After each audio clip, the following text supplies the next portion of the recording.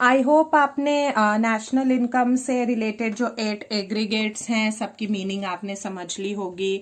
साथ ही साथ national income किस एग्रीगेट को कहा जाता है ये भी अब आपको पता चल गया होगा। डोमेस्टिक इनकम उनमें से हम किस एग्रीगेट को कहते हैं वो भी आपको पता चल गया होगा।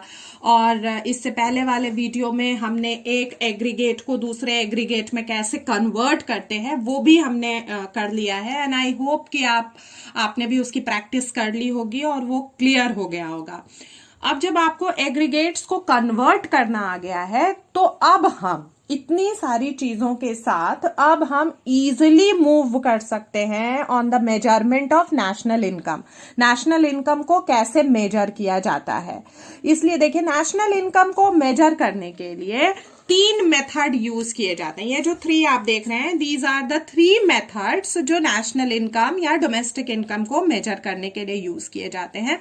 पहला मेथड जिसको हम प्रोडक्शन मेथड या वैल्यू एडेड मेथड बोलेंगे, ठीक है। Second method is income method. Income method को डिस्ट्रीब्यूटिव शेयर मेथड भी बोला जाता है या फिर इसे फैक्टर पेमेंट मेथड भी बोला जाता है।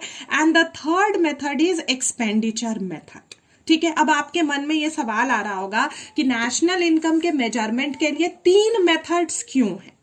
ये जो 3 मेथड्स हैं, these 3 methods are derived from here. ये जो आप देख रहे हैं ना, ये जो हमने सर्कुलर फ्लो ऑफ इनकम पढ़ा था, याद कीजिए जब हम लोग नेशनल इनकम का चैप्टर हमने शुरू किया था तो हमने जो बेसिक कॉन्सेप्ट में एक कॉन्सेप्ट किया है सर्कुलर फ्लो ऑफ इनकम, जिसमें हमने देखा है कि किसी भी इकोनॉमी के अंदर जब इनकम जेनरेट होता है तो इट फॉलोज 3 फेजेस।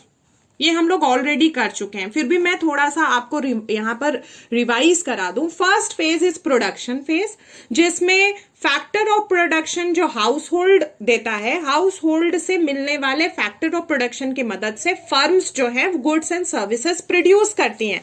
इसी फर्स्ट प्रोडक्शन फेज से यहां पर, जिसको जेनरेशन फेज के नाम से भी जाना जाता है, पहला वाला मेथड डिराइव्ड होता है प्रोडक्शन मेथड, ठीक है।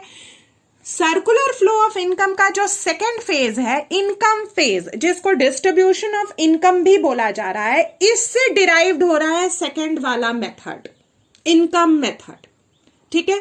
इस फेज में आपको याद होगा, इस फेज में फैक्टर ऑफ प्रोडक्शन को गुड्स एंड सर्विसेज प्रोड्यूस करने के बदले में उनका फैक्टर रेम्यूनरेशन मिलता है, यानी कि लेबर को उसका वेज मिलता है, कैपिटल को उसका इंटरेस्ट मिलता है, लैंड को उसका रेंट मिलता है एंड एंटरप्रेन्योर को उसका प्रॉफिट मिलता है। इसीलिए इसको डिस्ट्रीब्यूशन फेज कहा जाता है, क्योंकि यहां पर फैक्टर ऑफ पेमेंट को उनका रिस्पेक्टिव शेयर मिलता है इस फेज में। तो इसी फेज से नेशनल इनकम कैलकुलेशन का सेकेंड मेथड इनकम मेथड या डिस्ट्रीब्यूटिव शेयर मेथड जो है वो डिराइव होता है।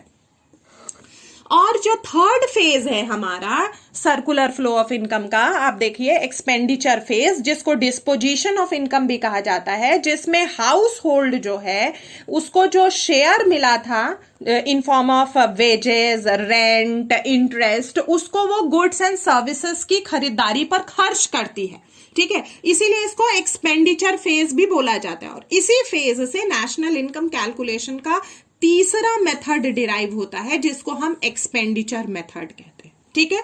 तो नेशनल इनकम के कैलकुलेशन के लिए 3 मेथड होंगे, production method, income method, expenditure method. 3 method क्यों होंगे? क्योंकि ये सर्कुलर फ्लो ऑफ इनकम के जो 3 फेजेस हैं, हर एक फेज से एक मेथड डिराइव हुआ है।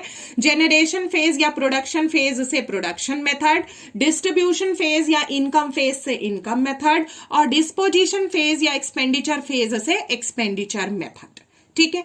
अब क्या है कि इन मेथड्स के बारे में कुछ इंपॉर्टेंट बातें हैं जो आपको जाननी है। अब आपके मन में एक सवाल आ रहा होगा कि मैडम जब न्यूमेरिकल दिया जाएगा तो हमें कैसे पता चलेगा कि हमें किस मेथड को फॉलो करना है?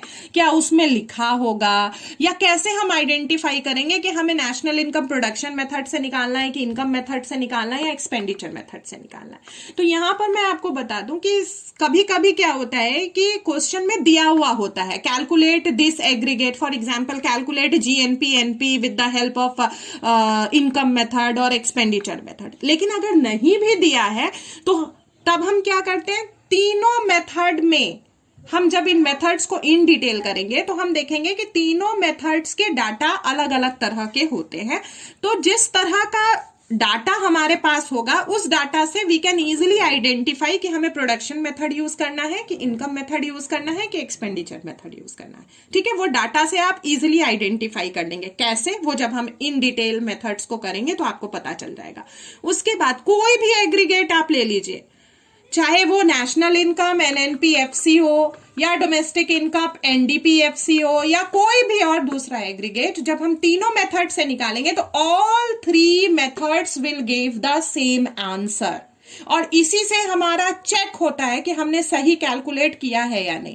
अगर हमको जीएनपी, एनपी, इनकम मेथड और एक्सपेंडिचर मेथड से निकालना है तो इनकम मेथड से जो आंसर आएगा एक्सपेंडिचर मेथड से भी वही आंसर आएगा, सेम आंसर आएगा।